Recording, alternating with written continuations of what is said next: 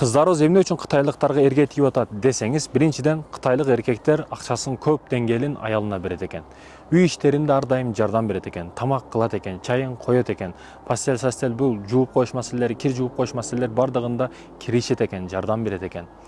Кытайлыктар мындайча айтканда мусулмандардын кудум сыпаттарын алып алгандай да, мусулман эркектердин сыпатын алып алгандай. Бизде көптөгөн энелерибиз балдарга сен кухняда не кыласың, тамак апаң кылат, эжең кылат, анау кылат, мынау кылат, сен эркектердин ишин кыл деп, эркектердин иши башка, аялдардын иши башка кылып бөлүп коет экенбиз дагы, чоңойгон учурда дагы ошол нерсе таасир берет экен да. Эркектин иши идиш жуубайт деп тура берет да.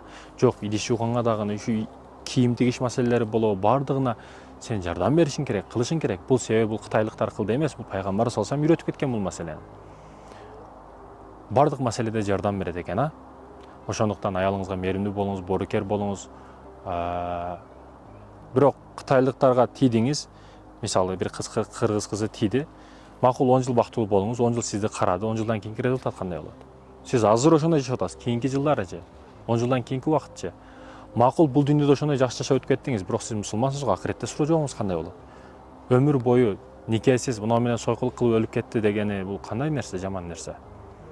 Ошондуктан да мусулман эмес эркекке тийсеңиз, ортоңордо 120 жолу нике окуса дагы нике өтпөйт. Нике болбойт, нике жараксыз. Силер сойкулук кылып өкүмүндө кетет. Ошондуктан да башка улукка тийүүдөн мурда ал мусулман, ошол негизги тактай турган маселе ошол. Ошондуктан да урматтуу мекендештерим, ушунчалык болбой кетип аткан болсо, кыргыздын жигиттери жакпай аткан болсо, түрккө тий, түрктөрдүн дагы көбү мусулман болот.